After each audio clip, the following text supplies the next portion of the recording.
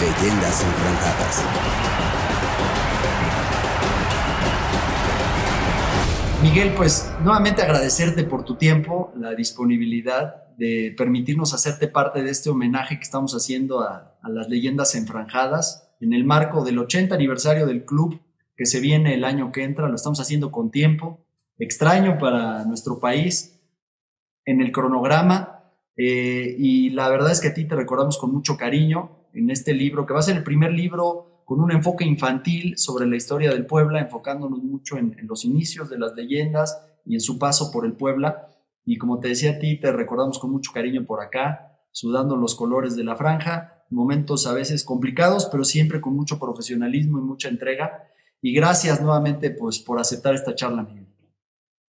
Pues muchísimas gracias. Siempre es un placer volver a tener contacto con Puebla, con la gente de Puebla. La verdad que yo me llevé un gratísimo recuerdo. Me fui con mis hijos pequeños. Mi hija tenía 6 años, mi hijo 3 años. Mi hija aún tiene algún recuerdo, alguna imagen felicísima de su estancia allí. Mi hijo ya más pequeño ya se acuerda menos, pero sí recuerdo, por ejemplo, que mi hijo empezó a jugar fútbol allí. O sea, luego ya tuvo otra trayectoria, pero lo recuerdo con mucho cariño, la verdad. Hice buenos amigos y fue una experiencia verdaderamente para mí, bueno, y para mi familia, francamente extraordinaria, ¿no? Oye, Miguel, digamos que tu historia pública es muy conocida a partir de este torneo que organiza la televisión española, donde te das a conocer. Platícanos un poco los años previos. ¿Con quién empiezas a jugar fútbol? ¿De dónde te nace el cariño? A lo mejor algún familiar que lo jugaba. ¿Con quién lo jugabas? ¿Con vecinos? ¿Con familiares? ¿Cómo empiezas a desarrollar esas capacidades? Bueno, yo soy un niño de un pueblo del sur, de La Palma del Condado, Huelva. Huelva es la última provincia de Andalucía ya pegado a Portugal, para que no esté muy al día de la geografía española.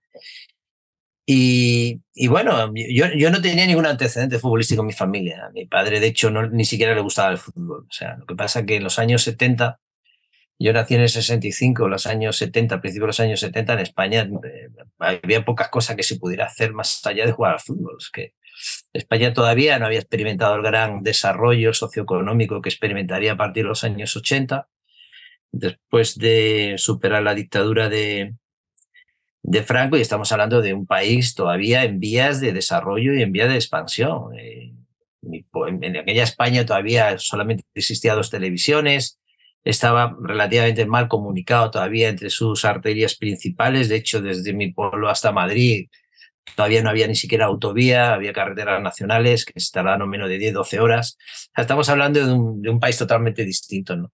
Y la verdad es que las pocas opciones que tenía un crío de mi condición, de mi estatus en un pueblo del sur, era jugar al fútbol, la verdad. Es ahí estudiar, ¿no? Yo nunca dejé de estudiar, pero evidentemente la gran ilusión mía siempre fue jugar al fútbol. Y yo me fui muy joven, me fui con 14 años, me di a conocer en un torneo de televisión que se llamaba precisamente Torneo, que era una competición de equipos escolares, que tenía la gran virtud que se televisaba, llegada a la fase final, y ahí me di un poco a conocer, ¿no? Hubo equipos que se interesaron por mí, el equipo en el que finalmente terminé regalando fue el Real Madrid, y ahí empezó mi carrera profesional. Estuve jugando en sus categorías inferiores hasta que logré conseguir ascender al primer equipo, y luego, pues, nada, pues luego ya mi trayectoria es más o menos conocida. Oye, Miguel, 2 preguntas. ¿Siempre en la misma posición desde niño? Y 2, cuando ya se acerca un club tan grande, tan importante como el Madrid, ¿qué te dicen tus papás? ¿Qué consejo te dan o qué reflexión hacen en familia? Bueno, sí, más o menos siempre en la misma posición, más o menos, sí, porque es que, vamos, a mi físico tampoco me permitía muchas aventuras, ¿no? Entonces, yo era delantero o no era nada, porque tampoco me acompañaba. Jugador pequeño, rápido, habilidoso. O sea, yo estaba casi abocado inevitablemente a ser delantero, quisiera o no quisiera. Salvo una etapa en los juveniles en el Real Madrid que me ponían de interior, el resto de mi carrera siempre he jugado de delantero. ¿Y cómo se tomaron mis padres el asunto? Bueno, pues con cierta perplejidad, porque Insisto que estamos hablando de una España todavía de que la distancia era grande, ¿no? Yo era muy pequeño cuando el Real Madrid se interesó por mí y la noticia de ese interés no cayó demasiado bien porque mi padre tampoco era un gran aficionado al fútbol y mi madre no quería saber absolutamente nada de dejar a su hijo marchar tan joven a una capital como Madrid, ¿no? Siendo de un pueblo. Pero siempre le tengo que agradecer que siendo personas humildes, muy humildes, mi familia es muy humilde, ¿no? Tuviera la valentía de dejarme luchar por mi sueño.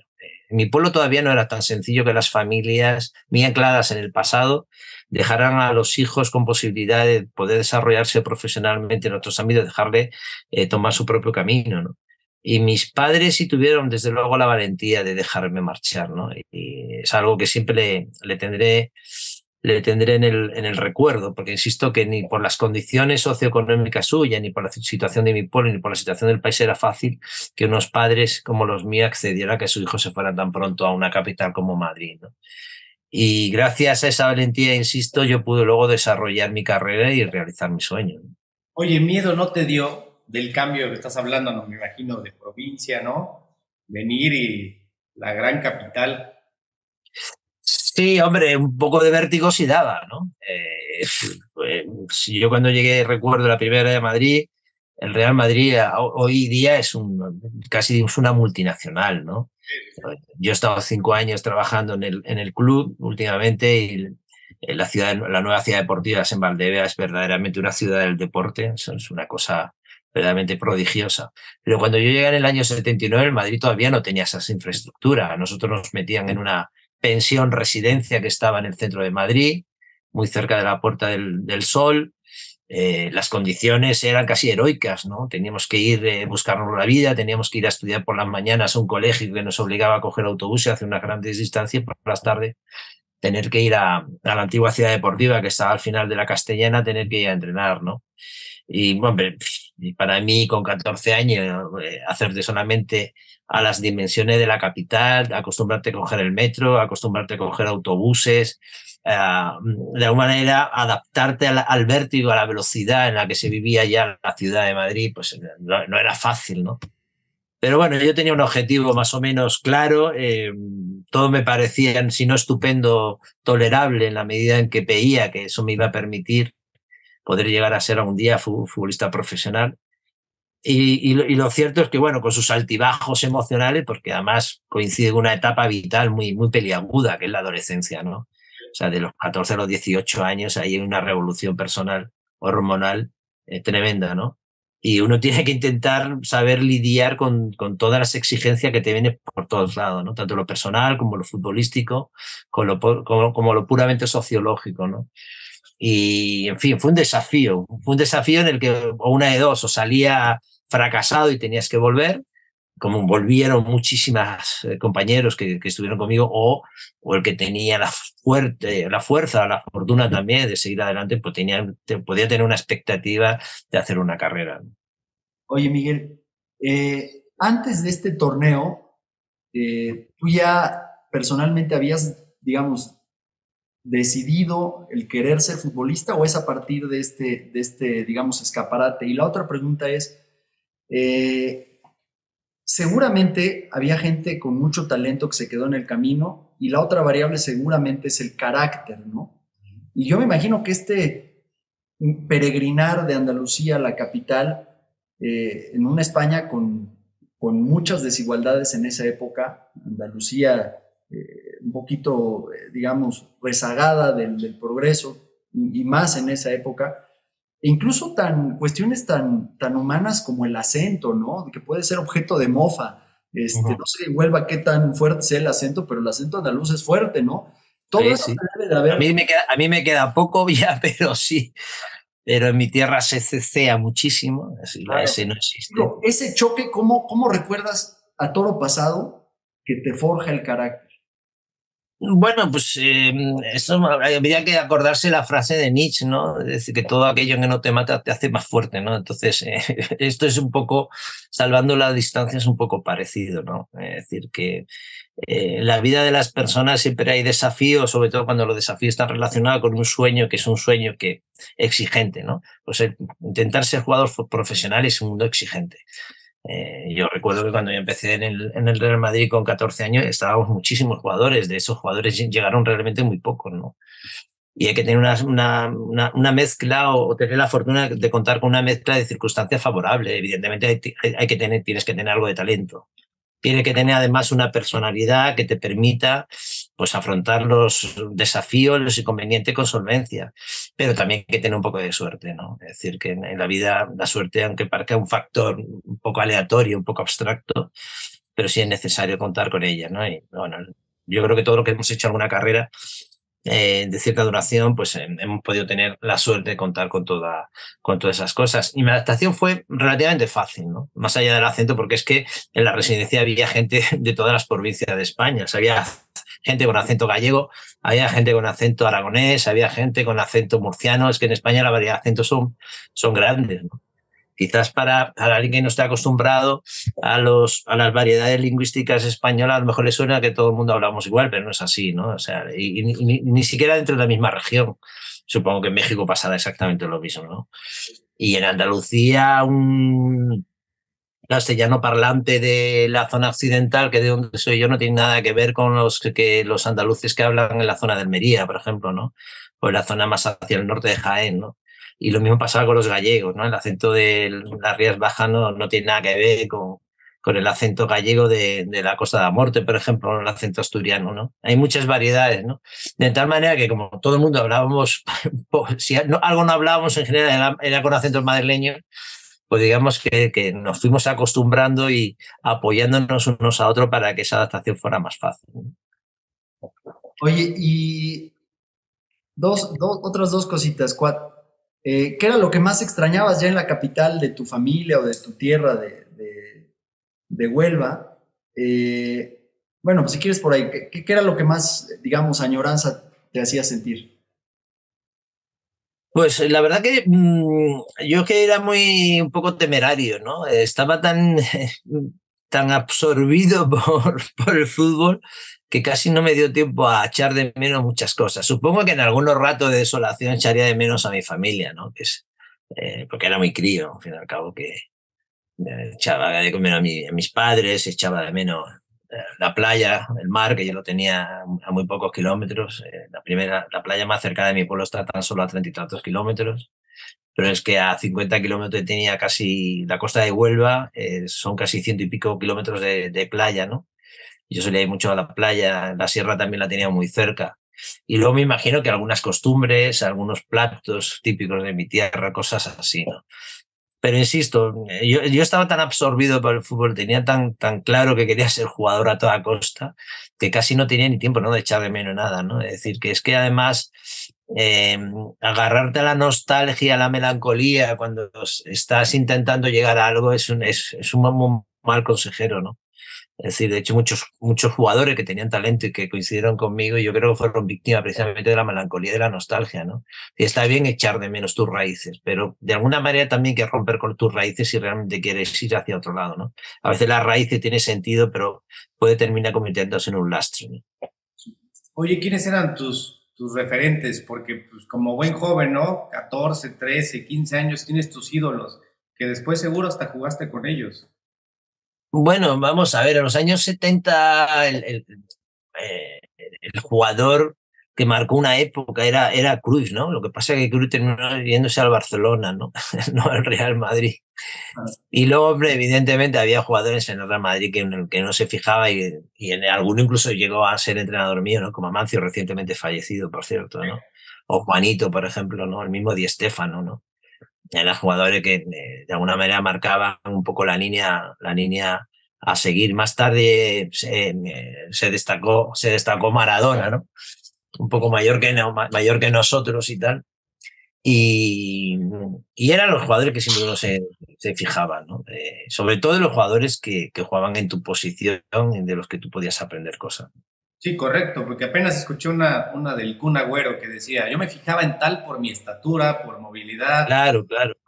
Hombre, claro, uno se sentía especialmente sensibilizado con aquellos jugadores que tenían más o menos tus mismas características. A mí me gustaba mucho Van Basten, por ejemplo, ¿no? Pero Van Basten era casi un figurín, ¿no?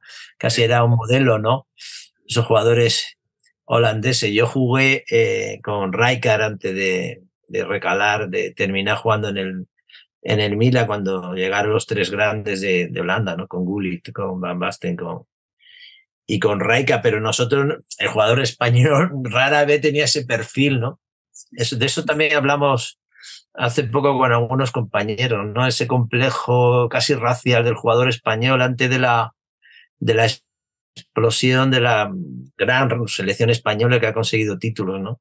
Sí. Que Luis Aragonés puso un poco esa solución, ¿no? Esa reivindicación del jugador autóctono, ¿no? Es decir, pero España durante muchos años se fijaba siempre en los jugadores foráneos, ¿no? En el jugador inglés, en el jugador alemán, en el jugador italiano, ¿no? En el que primaba sobre todo la fortaleza física, hasta que llegó un entrenador y dijo, bueno, si es que lo que tenemos que hacer es potenciar lo autóctono, ¿no? Lo verdaderamente genuino del jugador español, ¿no? Que yo creo que la única manera de triunfar es esa, ¿no? Es poner el acento en lo que es característico tuyo. O sea, si tienes que triunfar, vas a triunfar con lo tuyo. Es muy difícil que triunfe imitando modelos con los que seguramente no tienes nada que ver, ¿no? Claro. Oye, debutas muy joven con el Real Madrid, lo cual es tremendamente más complicado, si de por sí es hacerlo, ¿no? Ya para esa época, bueno, ya de alguna manera ya eso en sí mismo podía ser considerado exitoso en uno de los clubes o el club más importante del mundo. Después de que tu mamá, pues como toda buena mamá, esforzada, cuidadosa de su rebaño, le costó dejarte ir, ¿qué te dice después de que ya le cumpliste un poco con ese sacrificio y esa disciplina en retribución al apoyo que ellos te dieron? ¿Recuerdas algo que te haya dicho tus padres después de ese éxito? No, yo lo único que recuerdo fue más bien una frase que yo les dije a ellos cuando salí, claro, que ellos, evidentemente, para ellos fue una experiencia hasta cierto punto traumática, ¿no? Insisto, que dejar de marchar a tu hijo tan joven en el momento del país era complicado. Y le dije una cosa y lo recuerdo siempre, ellos me lo han recordado mucho, ¿no? Yo era muy pequeño todavía y no sé si en un rapto de madurez insólita le dije que no, que bueno, que yo si tenía que volver algún día fracasado, lo haría después de haberme esforzado todo lo que estaba en mis manos. O sea, que jamás iba a fracasar por indolencia, porque me desviara o porque me entretuviera con experiencia que no tenía nada que ver con el fútbol, ¿no? Eso sí, ellos siempre me lo recuerdan. Eso fue yo creo que lo que al final los animó a dejarme marchar, ¿no? Al que me vieron con un puntito de madurez suficientemente meditado como para arriesgarse a que su hijo se marchase, ¿no? Más allá de eso, pues hombre, evidentemente yo que me sé, porque me lo han contado, que primer año me observaba con cierta perplejidad a ver cómo evolucionaba la cosa, esperando en algún momento seguramente que me iba a volver, pues yo qué sé, presa, como decía antes, de la nostalgia, de la melancolía, pero al ver que no volvía y que la cosa iba prosperando y que poco a poco iba cumpliendo algunas metas, pues supongo que como todos los padres cuando ven que los hijos van mejorando y van consiguiendo lo que quieren, pues mirarían esa evolución con cierta satisfacción, ¿no? Oye, te toca, digamos, tener, pues no sé si el respaldo, pero sí alguien que creo que fue importante en tus inicios y es uno de los grandes, entre los grandes del fútbol, Di Stéfano. Entrevistamos a Asensi, que también se retira en el Puebla, y nos contaba que justamente Di Stéfano, como su entrenador en el Elche, fue el que lo cambia de posición. O sea, que era una persona con una claridad táctica y le dice, no vas de extremo, vas al medio campo. Digamos, ¿qué significa para ti Alfredo Di Stéfano? Pues muchísimo, si no todo, la verdad. No solamente para mí, yo creo que para nuestra generación, porque es verdad que Amancio, que nos entrenó en el Castilla, fue el gran profesor que nos orientó para mejorar, pero al final el que tuvo que tomar la decisión definitiva de incluirnos en el primer equipo fue Di Stéfano. Y yo particularmente le tengo un cariño especial. Primero porque siempre me demostró un cariño fuera de toda duda. A mí me conoce Di Stéfano en un partido de juveniles que jugamos contra el Barcelona, que ganamos 8-1 en unas semifinales de Copa del Rey. Y yo ese partido tuve una buena actuación, metí dos o tres goles, metí algún penalti. Y yo creo que él ahí se quedó un poco deslumbrado conmigo. Y la verdad que siempre me profesó una confianza ciega. De tal manera que incluso cuando estaba en el Castilla, yo me pasaba muchas semanas entrenando con el primer equipo, tenía 16, 17 años tan solo, ¿no? Recuerdo como anécdota que cuando volví al Real Madrid en el 2009, la segunda etapa con Florentino, de las personas que más se alegraron fue él, ¿no? Y me dijo, tú te marchaste del Madrid cuando me tuve que ir a Zaragoza porque yo no estaba, yo estaba de viaje en Buenos Aires y me engañaron o algo así, ¿no? Y dije, bueno, son cosas de la vida, yo me marché porque me tenía que marchar, era mi decisión, pero siempre, insisto, siempre me mantuvo la fe y siempre confío muchísimo, muchísimo en mí, ¿no? En sus memorias, Gracias Viejas, si no recuerdo mal el título, también hay un apartado de que habla, aparte de hablar de la Quinta del Buitre, también me dedica unas palabras verdaderamente que no sé si me la merezco y que siempre le agradeceré, ¿no? Oye, ahorita hablas de esa decisión que creo que tomas a plena conciencia de irte a Zaragoza. Una decisión en donde creo que poneras lo racional por encima de lo emocional, ¿no? Porque pues quizás muchos por quedarse en el Madrid se hubieran podido quedar calentando el banquillo. Digo, es una decisión que tomas todavía muy joven, ¿qué tenías? 22 años, muy joven y muy madura precisamente para esa edad, ¿no? Yo creo que tú ves eso de decir, oye, aquí va a ser mucho más difícil, yo necesito minutos, necesito jugar. Fue una decisión racional y no emocional, fría. ¿Cómo la tomas? ¿Con quién la rebotas? Insisto, no es algo habitual. Yo conozco muchos jugadores que por simplemente estar en X o Y equipo, cometen el error de perder minutos pudiendo ser referentes o ídolos como tú lo fuiste en Zaragoza, donde precisamente van a tener muchos más horas de juego, ¿no? Bueno, ahí está la clave, ¿no? Creo que lo has dicho, lo has sugerido. La diferencia es ser o estar, ¿no? Yo quería ser, no quería estar. Yo quería ser un jugador que tuviera o que intentase ser importante donde estuviera, ¿no? Evidentemente me hubiera gustado tener mucho más minutos en el Real Madrid. Pero en el Real Madrid, cuando yo asomo la cabeza, pues está Juanito, está Santillana, está Valdano, está Hugo Sánchez, está un butragueño que había sido la gran sensación, o sea, tenía como 4 o 5 delanteros de primerísimo nivel. Podía haber aguantado en el Real Madrid, por supuesto. De hecho, me costó algún disgusto convencer a Ramón Mendoza, entonces presidente, para poder marcharme. Pero yo me di cuenta de dos cosas. Una, como te decía antes, para mí lo importante del fútbol es ser, no estar. Y dos, me di cuenta muy pronto que el fútbol dura poco. Y yo no quería pasarme 3, 4, 5, 6 años siendo un suplente o esperar mi oportunidad para tal, ¿no? Porque me di cuenta que pasaba rápido. Es que realmente la carrera del futbolista es muy breve, muy breve. Y es verdad que era una decisión arriesgada, ¿no? Porque salir del Madrid nunca es fácil, siempre cuesta abandonar un equipo como este. Pero tuve la gran fortuna que llegué a Real Zaragoza en un momento verdaderamente fascinante, con una plantilla espectacular. Ganamos Copa del Rey, ganamos un campeonato europeo, una recopa en París contra el Arsenal. Ahí conseguí ser internacional absoluto, lo había sido en las categorías inferiores hasta la selección olímpica. Y además tuve la suerte de meterme a última hora en el Mundial de Italia 90, ¿no? Es decir, que para mí Zaragoza fue prácticamente todo, ¿no? Claro que me costó, obviamente, salir del club donde había crecido, donde me había criado como jugador, ¿no?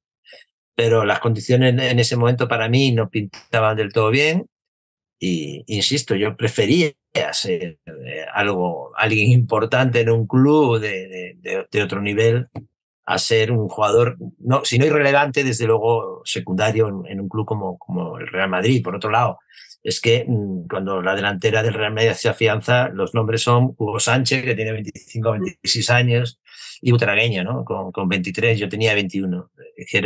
Francamente, tenía que luchar contra un imposible, ¿no? Porque estamos hablando de dos mitos dentro del madridismo y dos de los mejores delanteros que ha asistido a la historia del fútbol, ¿no? Entonces, para mí era verdaderamente complicado tratar de luchar. Podía haber luchado, ¿no? Y era mi oportunidad. Pero mi decisión fue irme e intentar ser algo en otro sitio, ¿no? Oye, ¿y esa decisión la tomas solo o pides consejo a alguien?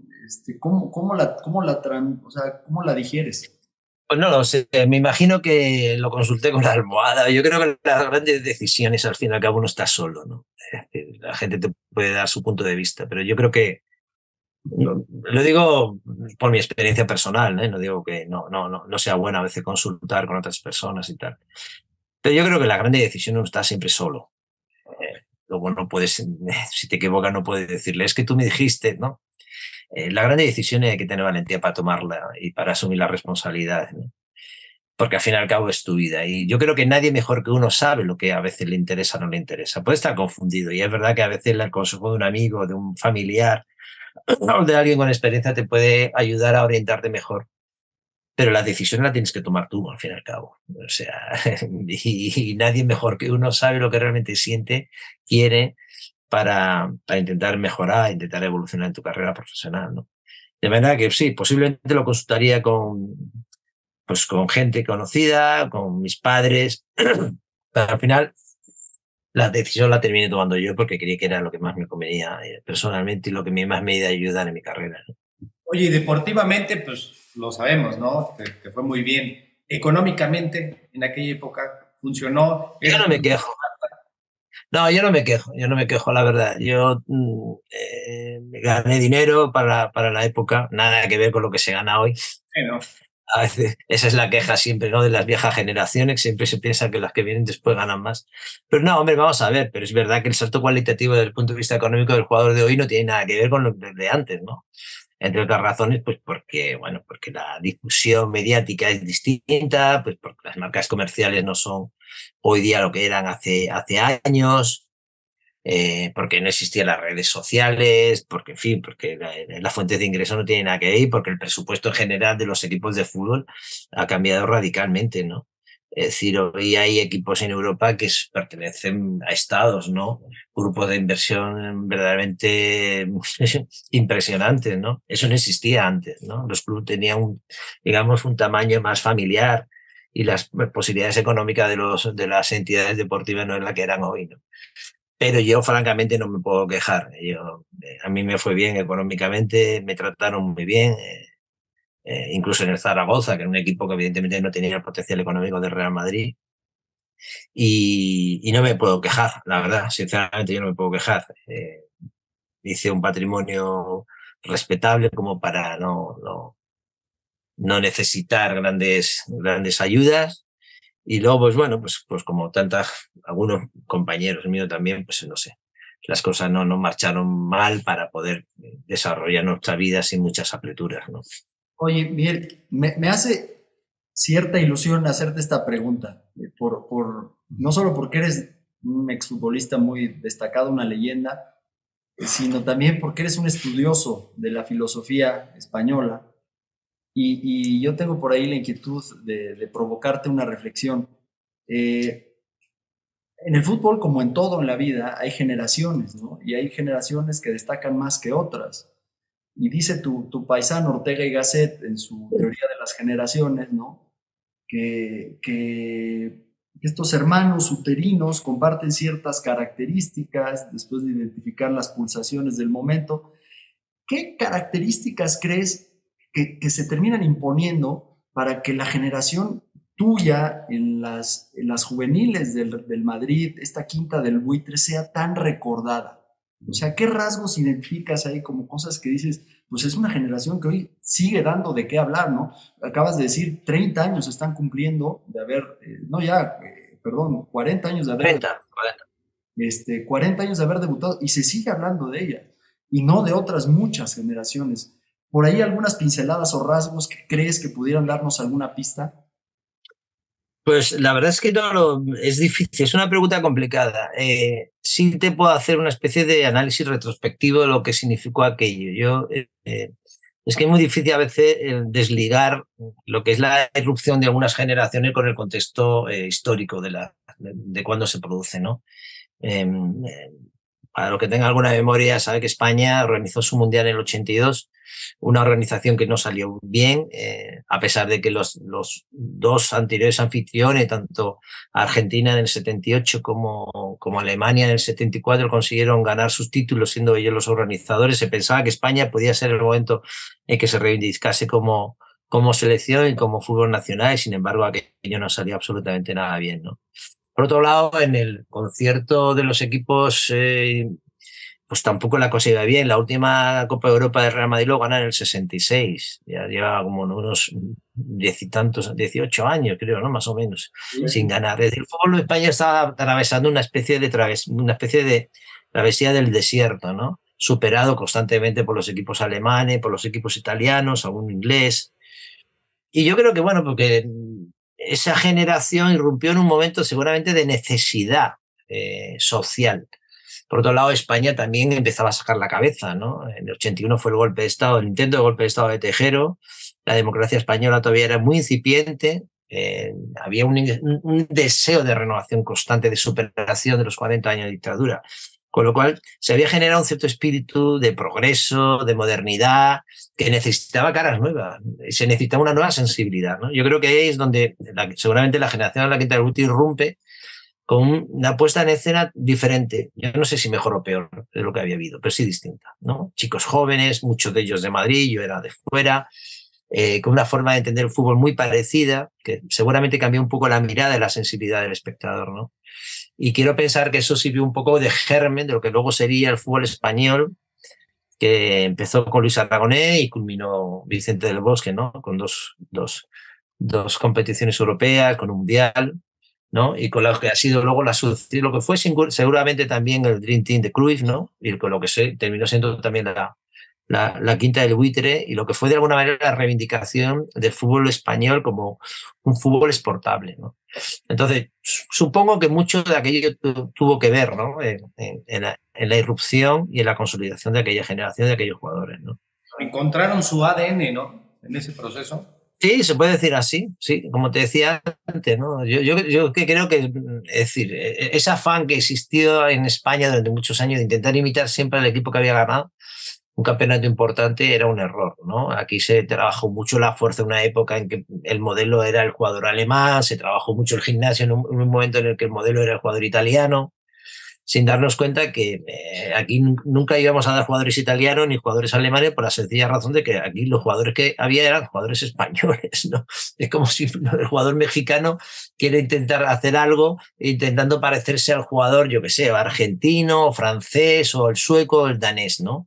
Pues no, aquí los jugadores tienen el perfil que tienen, y fortalecer eso es la única manera de intentar conseguir algo alguna vez, ¿no? Porque intentar traicionar tu ADN, tus raíces, o tu idiosincrasia, tu personalidad, tu raza o tu tal, me parece un error, ¿no? Porque, o sea, aquí hay talento, un talento muy determinado, y lo que hay que intentar es intentar fortalecer eso, que yo creo que, insisto, el gran visionario que vio fue Luis Aragonés, que dijo, apostó decididamente por el perfil del jugador español, intentó hacerlo mejor, corrigiendo los defectos, intentar superarse dentro de sus características, porque vio que es la única manera, o la única posibilidad que había de intentar hacer algo, y dejarse de imitaciones que a lo único que conducía era una gran frustración constante, ¿no? Oye, Miguel, coincido contigo. Creo que en los 70s, 80s, incluso en la mitad de los 90s hubo como una sequía europea de torneos europeos ganados por equipos o selecciones españolas, ¿no? Salvo por ahí una recopa del Barça en los 70s, y el Dream Team al que haces mención. Realmente 25 años hubo una sequía. Y después te toca a ti, siendo capitán del Zaragoza, levantar la recopa, ¿no? Mordiendo tu medalla. Cuando uno googlea para esa imagen, sale inmediatamente, ¿no?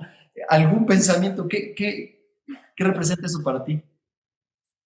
Bueno, es que nosotros de alguna forma fuimos unos buenos discípulos, ¿no? De ese ambiente un poco de fútbol creativo, ¿no? Que apostaba por el talento, ¿no? El Zaragoza hizo bueno, o también fue un intento de superación con un viejo prejuicio, no solamente del fútbol español, sino yo creo que un viejo prejuicio del fútbol en general, que es pensar que la suma de talento a veces lastra, ¿no? Es un hándicap, ¿no? Cuando yo creo que siempre pesa lo contrario, ¿no? Es decir, en el fútbol, y en España también, se tuvo siempre la idea de que cuando había demasiado talento eso jugaba en contra de la armonía y del equilibrio de los equipos, ¿no? Siempre había que meter algún elemento, ¿no? Que llaman de complemento, y yo siempre he pensado que he sido que eso nunca ha servido para complementar nada, sino más bien lo contrario, ¿no? Y yo, por mi propia experiencia, siempre he observado que los equipos que le van bien son equipos en los que predomina sobre todo el talento, ¿no? Más que nada. Y si hay jugadores diferentes, pero tiene que ser con una mínima base de talento que acompañe al resto. Si hay una gran falta de sintonía, eso no puede funcionar. Y nosotros, el Zaragoza, de alguna manera, a rebufo, digamos, de lo que era el Dream Team, de lo que fue la Quinta del Buitre también en Madrid, pues conseguimos hacer un equipo en el que predominaba sobre todo el talento. Y el resultado estaba ahí, ¿no? Un equipo como el Zaragoza, con presupuestos pequeños, con jugadores recalados de aquí y de allá, pues consiguió ganar un título internacional que entonces no era fácil, como era la Recopa. ¿Qué puedo decir? Yo me sentí muy afortunado porque no es fácil para una ciudad como Zaragoza, un equipo como Zaragoza, a soñar algún día con alzar un título internacional, ¿no? Oye, Miguel, ¿y en qué momento y cómo surge la posibilidad de aterrizar en Puebla? No sé si pasa por tu mente quizás, pues no sé, el haber compartido vestidor con Hugo Sánchez o lo que estaba haciendo Carlos Muñoz ya con el Puebla, o referencias un poquito más lejanas como Pirri y Asensi y Vígoras en la franja. Pero ¿cómo se empieza a dar esta idea que termina materializándose con tu aterrizaje en la franja? Bueno, pues yo termino mi contrato en el Zaragoza con 32 años, en el año 97, y ya había un antecedente, porque el primero que abrió esta segunda horquilla generacional de jugadores españoles en México fue Butragueño, ¿no? Butragueño un año antes había ido al Celaya. Y es verdad que cuando un jugador tan icónico, tan simbólico como fue Butragueño, apuesta por una liga determinada, en este caso como México, está claro que todas las miradas de los jugadores que pueden estar en esa situación miran para allá. Yo tuve la posibilidad también de irme a Japón, ¿no? Que también estaba en ese momento un poco en auge y había algunos jugadores españoles que terminaban yendo ya. Pero bueno, México presentaba mucho más atractivo que Japón, la verdad, ¿no? Entre otras cosas es el idioma, ¿no? Japón, para entenderse un japonés, iba a estar, si no en chino, desde luego iba a estar en japonés. Y luego, claro, el ejemplo de Butragueño siempre fue un acicate, ¿no? Luego Puebla, pues a mí me hablaron muy bien de la ciudad, como luego pude tener la oportunidad de confirmar. Estaba Carlos ya cuando nosotros estábamos y un poco antes que de irme yo también se había ido Paquetiguera, ¿no? Con lo cual tenía 6 compañeros, tenía una buena ciudad, tenía el idioma, en fin, tenía muchos atractivos, la verdad, para poder seguir con la carrera profesional. Antes lo hablábamos que entonces, a mediados de los 90, todavía los jugadores no aguantaban en la primera línea profesional como aguantan ahora. Ahora es fácil ver a jugadores con 36, 37, 38 años, pero en el fútbol español, a partir de cumplir los 30 ya te estaba mirando con cierto recelo, ¿no? Ya te empezaba a pensar que ya no podías, o que una cosa absolutamente surrealista, porque no era así, pero existía ese prejuicio, ¿no? Dentro de los dirigentes, pensar que un jugador con 30 años porque ya no podía dar tu mejor nivel, ¿no? Y entonces la posibilidad que se te abría es seguir jugando en el fútbol internacional, una liga que te ofreciera atractivo suficiente como para llevar a tu familia y por tener una experiencia nueva, ¿no? Y en ese momento, pues México era un país suficientemente atractivo, con una liga competitiva, con gusto por el buen fútbol, con buenos estadios, con ciudades, muchos de ellos con buen clima. O sea, estaban todas las condiciones se daban para que jugadores en mis situaciones pudiéramos ir allí, ¿no? Oye, y bueno, no sé si en ese momento ya lo tenías claro, pero para alguien que es un hombre de letras, de lectura, que le gusta la historia, digo, creo que también Puebla contaba con esa característica que pudo haber sido importante o cuando menos hacerte más placentera tu estadía.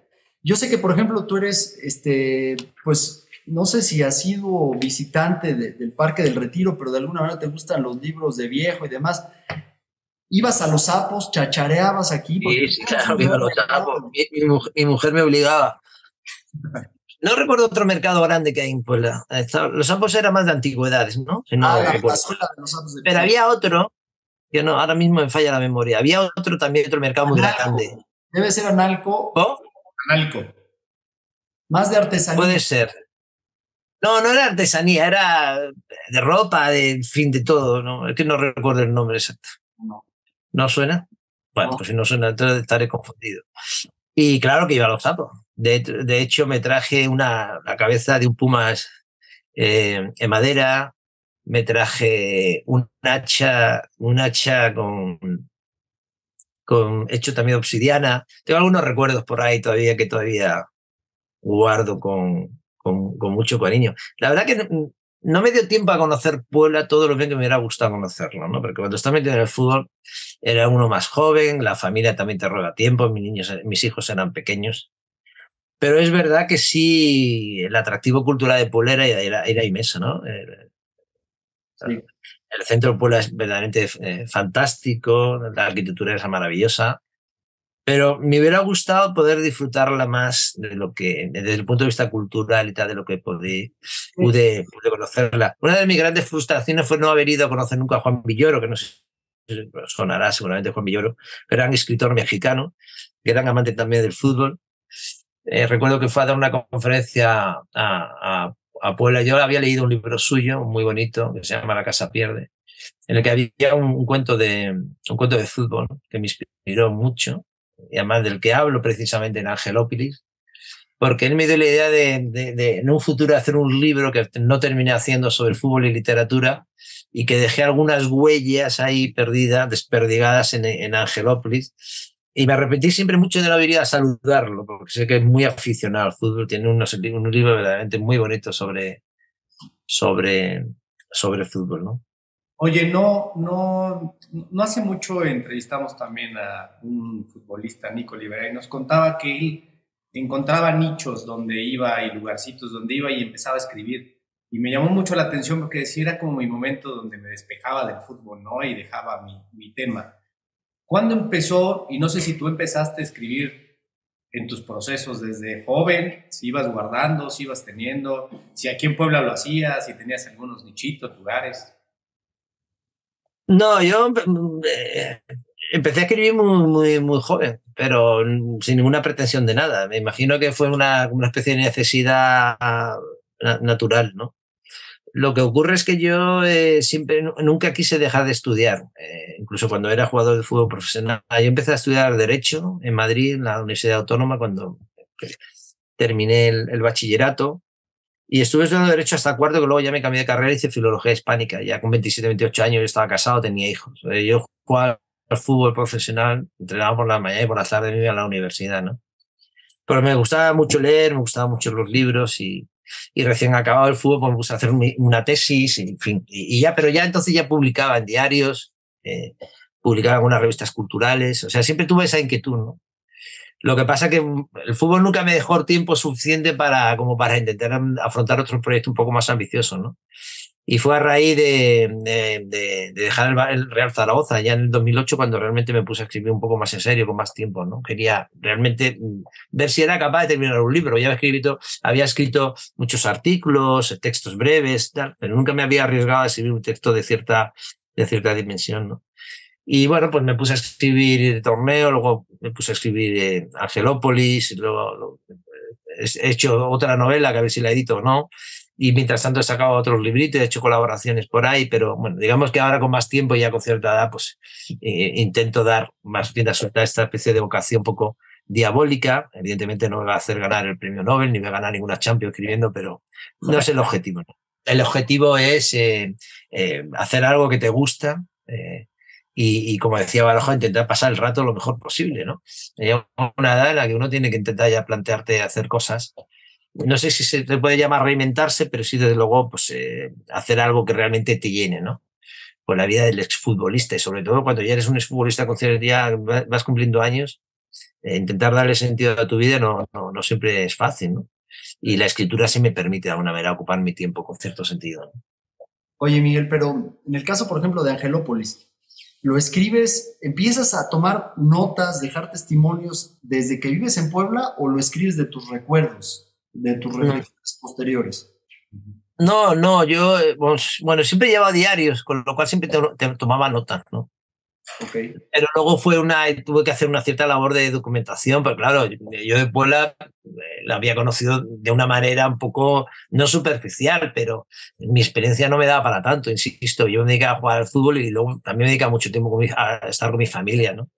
Pero cuando me planteo arrancar la historia allí, hombre, tuve que documentarme algo, no todo lo que cuento, claro, no sabía tanto. Leí libros, consulté, saqué datos, un poco para enriquecerlo, ¿no? Porque mi forma de escritura hasta ahora ha sido la de intentar, partiendo de la realidad, luego dejar que la imaginación viajara por sí misma, ¿no? Por ejemplo, hay un capítulo que habla del ascenso al Tlatlot, ¿no? A la montaña. Y bueno, pues me lo tuve, evidentemente yo no sabía nada de eso, de que era esa experiencia, tuve que documentarme. O cuando hablo de una visita a Cholula, pues me lo tengo que, de alguna manera, me tengo que documentar porque tampoco soy capaz de, mi imaginación no llega tanto, ¿no? Pero fue interesante, ¿no? Porque la escritura al mismo tiempo vas escribiendo también te permite un poco revivir cosas que no conocía, ¿no? Sí. Oye, a ver, sin duda, Miguel, eres un jugador, fuiste un jugador fuera de lo normal en muchos sentidos, ¿no? O sea, ¿cuántos jugadores profesionales tienen un doctorado? ¿Cuántos jugadores escriben? Yo quizás incorrectamente, pero te imagino un poco, sí comprometido al 100 en la concentración, pero también dándote un espacio pues, para leer, para escribir un poquito, para hacer algunas otras cosas más allá de la alberca en la que podían estar tus compañeros, ¿no? Pues la lectura es un ejercicio en solitario, ¿no? No es un ejercicio en colectivo. Entonces, desde tu época de jugador ya eras un poco así. Sí, siempre fui un poco así, sí, siempre fui un poco bicho raro. Sí, porque es que el mundo del fútbol es que te permite estar muchísimas horas ocioso, de alguna manera, ¿no? Hay gente que lo emplea, esas horas de ocio la puede emplear, yo qué sé, haciendo otras cosas. A mí me gustaba leer siempre. Siempre llevaba una libreta, siempre tomaba nota, ¿no? Otra de las experiencias que hablo en el libro es un start que hicimos en Tenacatica, ¿no? Con Alfredo Tena, ¿no? Estuvimos una semana y el paisaje era verdaderamente fantástico, ¿no? Fantástico, ¿no? Estuvimos ahí una semana preparándonos antes de empezar el campeonato y aquello me dejó una huella muy profunda, primero porque era un sitio verdaderamente majestuoso, ¿no? Muy bonito, ¿no? Empezamos a entrenar por las mañanas, al lado de la bahía, veíamos delfines saltar, o sea, era magnífico. Esas experiencias visuales, ¿no? Personales te quedan, ¿no? Y yo siempre tomaba nota, de manera que, bueno, para mí vivir o jugar y leer han estado siempre muy relacionados, ¿no? Porque traducir en palabras tus propias experiencias es una manera de enriquecer tus propias experiencias, ¿no? Siempre he procurado que las experiencias te quedasen de alguna manera, ¿no? Y una de las formas más recurrentes de que esas experiencias no se pierdan nunca o se guarden en la memoria es luego traducirla en palabras, ¿no? Por eso para mí la memoria es muy importante a la hora de escribir y por eso mis experiencias, que la mayor parte de mis experiencias han estado relacionadas con el fútbol, me han servido mucho para luego dejar, como decía antes, dejar que la imaginación volase y relacionar mundos que en mi caso han sido muy naturales, ¿no? Como es el del fútbol y es el de la literatura, ¿no? Pero para mí no existe una gran diferencia. No creo que la experiencia humana haya que parcelarla de una manera radical. Todo ayuda a ser mejor persona o a ser una persona distinta, ¿no? Y el fútbol indudablemente es una experiencia suficientemente potente como para ayudar a eso, ¿no? Oye, Miguel, en el Puebla tuvieron, digo, en esos 2 años, torneos de buen fútbol y torneos de difíciles, ¿no? Complicados.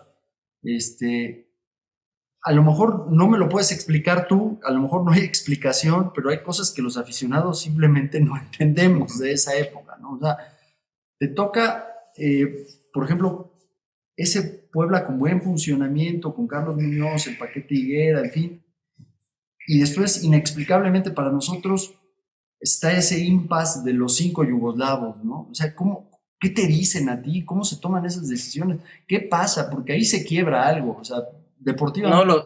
No lo sé. La verdad que el último torneo fue especialmente difícil y duro.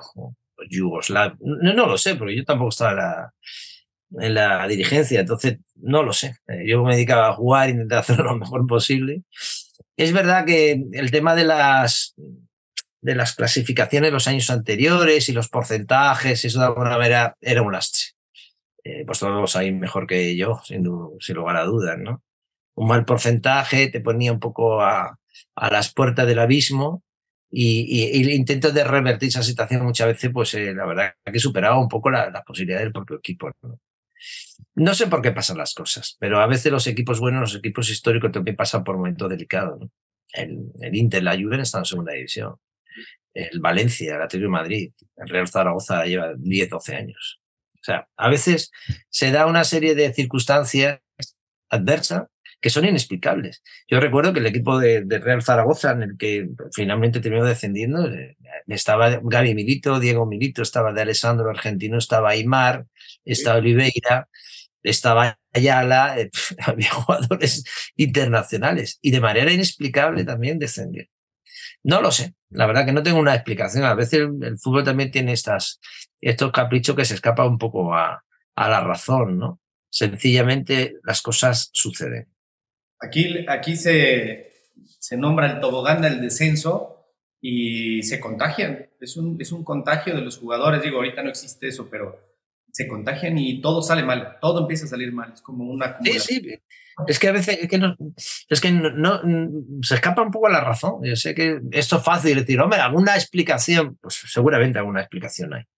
Pero no todo tiene explicación, no solamente en el mundo del fútbol, en la vida general no todo tiene explicación. A veces las cosas suceden, no sé por qué, pero suceden. Y insisto, a veces las cosas se tuercen, no salen bien, se toman decisiones con la mejor intención y esa situación lo único que hace es empeorar la anterior y se van encadenando una serie de circunstancias, de tropiezos que a veces abocan a situaciones pues, que no son deseables, ¿no? Oye, ¿y notaste mucha diferencia del fútbol europeo a cuando llegaste al fútbol mexicano? La velocidad, ritmos, tiempos, altura, todo ese tipo de cositas. Sí, un poco sí se nota. Yo, hombre, vamos a ver, para empezar, hay un factor que para el jugador europeo es delicado, que es la altitud, ¿no? Empezar a jugar a 2.000 metros de altitud no es fácil. Había horarios a los que nosotros no estamos acostumbrados. Yo recuerdo un partido en Toluca a las 3 de la tarde, que Toluca debe como 2.800 de altitud, más o menos, no sé, por ahí, ¿no? Yo recuerdo ese partido con horror, porque es que casi no me pude mover del centro del campo, o sea, del ahogo que tenía, del calor, los campos muchas veces el césped estaba alto, el balón corría más lento. Hay circunstancias que cambian, evidentemente, no es fácil adaptarse al fútbol mexicano, ¿no? Son circunstancias distintas. Aquí el fútbol es un poco más rápido, los campos son mucho más veloces, los horarios son distintos. Eso no significa ni que sea mejor ni peor, sino sencillamente tienen características totalmente distintas, porque el nivel técnico, por ejemplo, en México era muy bueno. Es una cosa sorprendente. Uno a veces piensa que ahí el nivel técnico no era el que tiene que ser, pero que va, ni mucho menos. Recuerdo jugar partido con el Casa que tenía un equipazo. Sí, ¿no? Recuerdo jugar contra el Atlas que tenía otro equipazo. Recuerdo Tigres tenía otro equipazo. O sea, que había muy buenos equipos y el nivel técnico de la mayoría de los jugadores era bastante bueno, que te dejaba sorprendido. Que tal la pelota no resultaba fácil si no tenías un equipo al mismo nivel técnico, la misma calidad que ellos, ¿no? Sí, aquí han buscado mucho, sobre todo entrenadores europeos que llegan y buscan que sea muy rápido el fútbol y no pueden. Sí, pero ya que la velocidad a veces te la da también las circunstancias. Es que eso es como todo, ¿no? El fútbol donde más rápido se jugaba ha sido siempre en Inglaterra, porque daban pelotazos. Ahora ya dan menos pelotazos los equipos ingleses. Pero luego también los campos eran mucho más veloces, ¿no? Después muy bajo, normalmente siempre un poco húmedo, en fin, es que también es distinto. De la misma manera, dentro del mismo país también, el fútbol varía, depende de que juegues en el norte o en el sur. Jugar en Sevilla no era lo mismo que jugar en Bilbao, ahora ya se parecen más, ¿no? Hoy los campos prácticamente son todos buenos, pero en aquella época jugar en Sevilla en abril o en mayo no tiene nada que ver con jugar, por ejemplo, en Navarra, en Pamplona, un 30 de octubre o un 30 de noviembre, ¿no? Campos pesados, normalmente encharcados. Es que cambia. Y ya si hablamos de la distancia entre México y España o Italia y tal, pues no tiene nada que ver. Claro. Oye, ¿cuál es el gol con el Puebla que más recuerdas, que más te haya llenado el corazón?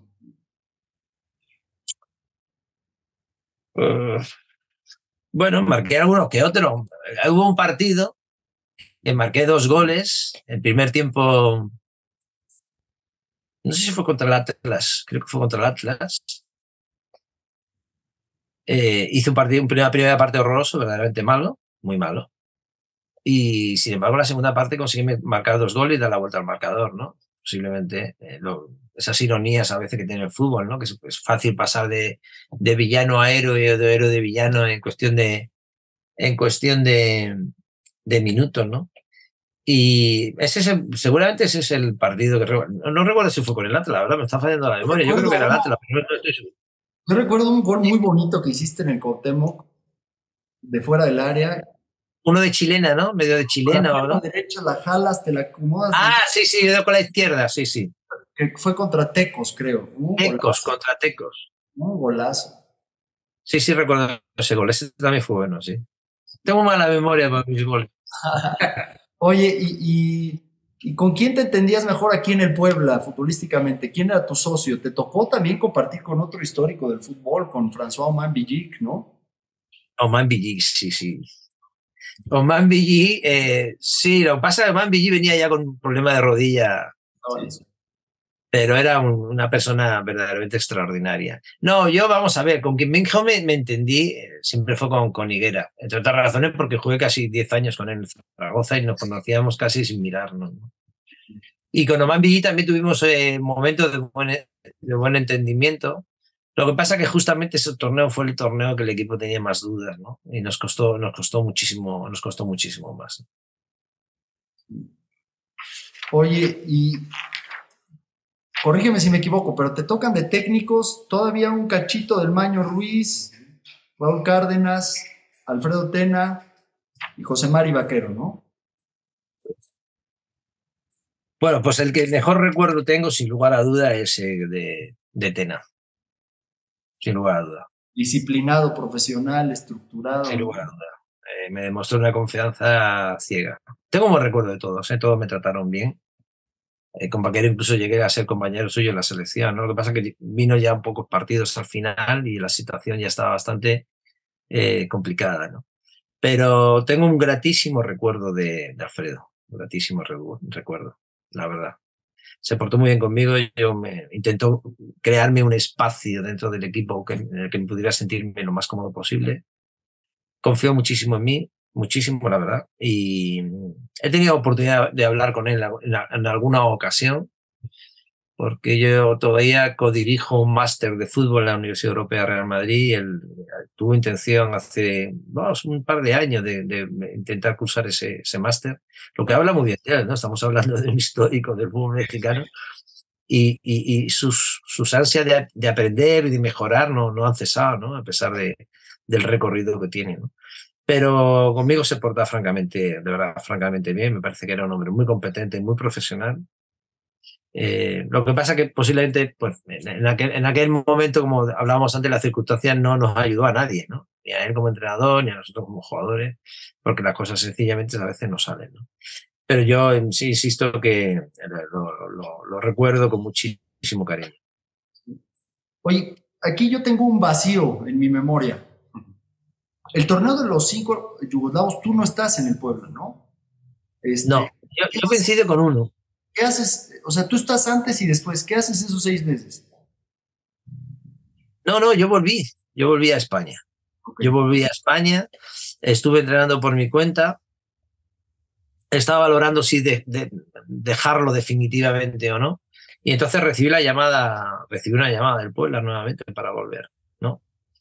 Y bueno, pues ahí tuvo mucho que ver, insisto, Tena, ¿no? Me contó un poco el proyecto. Él me había visto jugar el torneo anterior, me dijo que encajaba perfectamente los planes que tenía.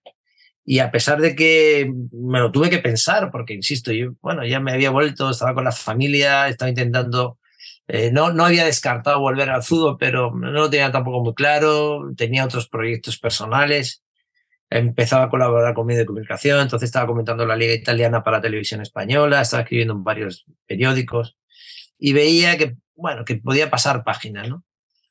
Pero no, me convenció y no lo dudé, ¿no?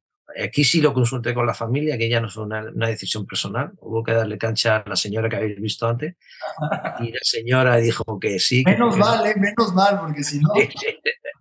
dijo que sí, que volviéramos y la verdad que nunca me arrepentí porque a pesar que fue un torneo complicado, la verdad. Pero me puse en forma, hice algunos buenos partidos, metí algún gol que otro y, en fin, y no hizo más que pues, aumentar la grata experiencia que tuve allí, ¿no? Bien.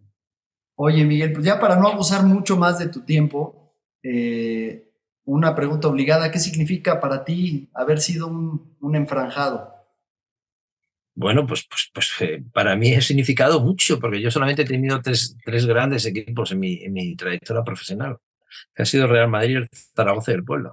Solo he tenido esas tres amantes futbolistas, no he tenido más.